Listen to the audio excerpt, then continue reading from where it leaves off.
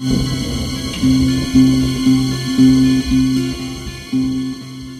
I originally set out to do this review, I was surprised to find that there was actually a remake of the film.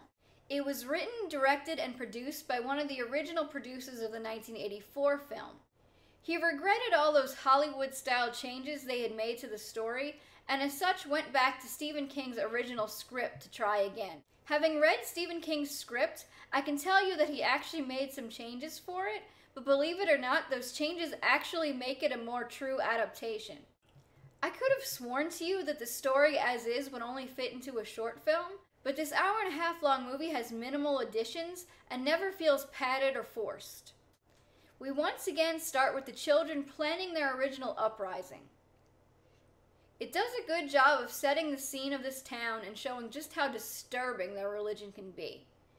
It's also nice that here, right from the start, we get a real child portraying the leader, and he's actually a pretty decent actor.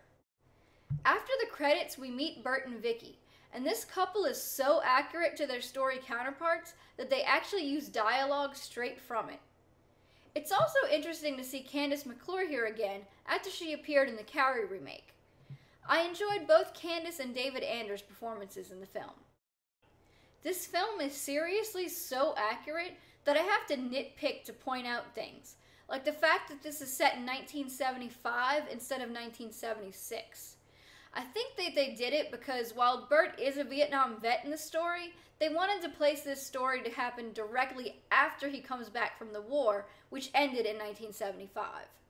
Considering that they got so many details right, down to recreating the calendar in the diner with the same picture and slogan King describes in the story, it's easy to overlook the time change, along with the fact that they stop at the gas station rather than just passing it by, or that Malachi hovers around the car when they're originally stopped on the road.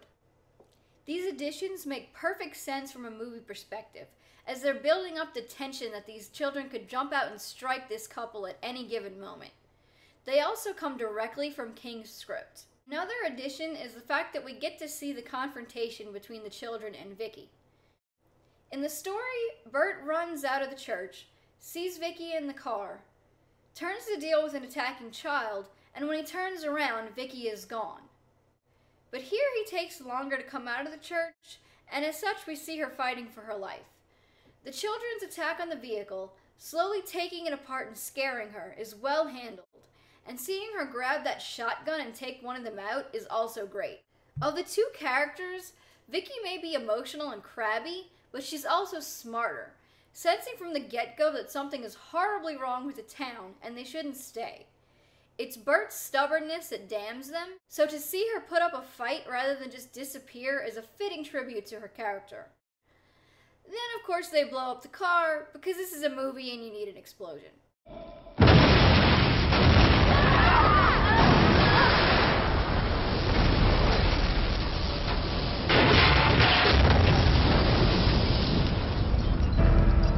This Isaac is played by an actual 9-year-old, Preston Bailey, and he gives an excellent performance. Even Paul Butler Jr. gives a good performance by child standards, even if his lisp is a little annoying. He was coming for me because Ahaz was my friend. It was he who walks behind the rows. I don't know if we've gotten better at picking child actors over the years, or if we're just training them better, but it definitely makes this a much better film. Strangely, they cast Daniel Newman as Malachi, who is my age. He's 1 year younger than Candace McClure and only a few months younger than David Anders. But I'll admit he looks young enough that it's not a huge issue. While Bert's Vietnam experience prepares him for a lot of the horrors he faces in the story, I think it's a nice addition to also see him really get to show off his fighting skills in the movie. It makes the children more menacing as they actually attack him, and it shows how he's able to easily fight off the larger teenagers and handle a knife to the arm as if it was nothing.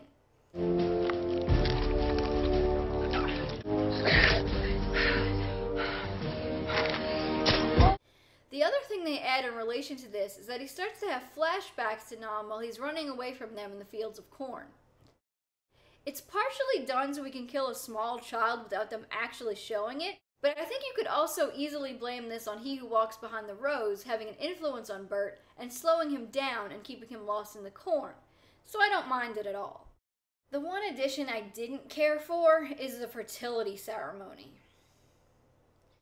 Yes, it's going to be very important for these children who don't live past 19 to be fruitful and multiply. But that doesn't mean they would have a ceremony where all the others watch. It strikes me as an unnecessary shock moment that doesn't really correspond with the rest of their views. Regardless, the most important part of the film is the ending. As I watched, I kept wondering if they were going to find an out. And as it transpired, and things kept happening exactly as they happened in the story, I was pleasantly surprised. Bert does not make it out alive. My one complaint is that they save Malachi and the other 19-year-olds being sacrificed for after the credits.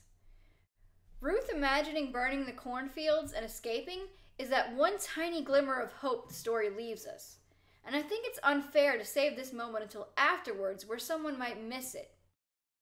I would even say that the movie feels incomplete without it. I definitely recommend this film. It's well acted, the effects are decent, the music is much more subtle, and it's telling the story exactly as Stephen King originally intended. Just don't forget to keep watching until the very end. Speaking of King's original intentions, it's interesting to note that the ending of his script actually was a bit different. We see what we think is Bert's death at the hand of He Who Walks Behind the Rose, and Isaac announces that no one is allowed to live past the age of 17 from now on. Malachi and another boy named Amos are sent out into the fields to be sacrificed, but first they must swallow poison. The other boy takes the poison, but Malachi does not. It's not clear whether or not he intends to escape or perhaps come back and kill Isaac, because he's killed by Bert long before he gets a chance to do anything.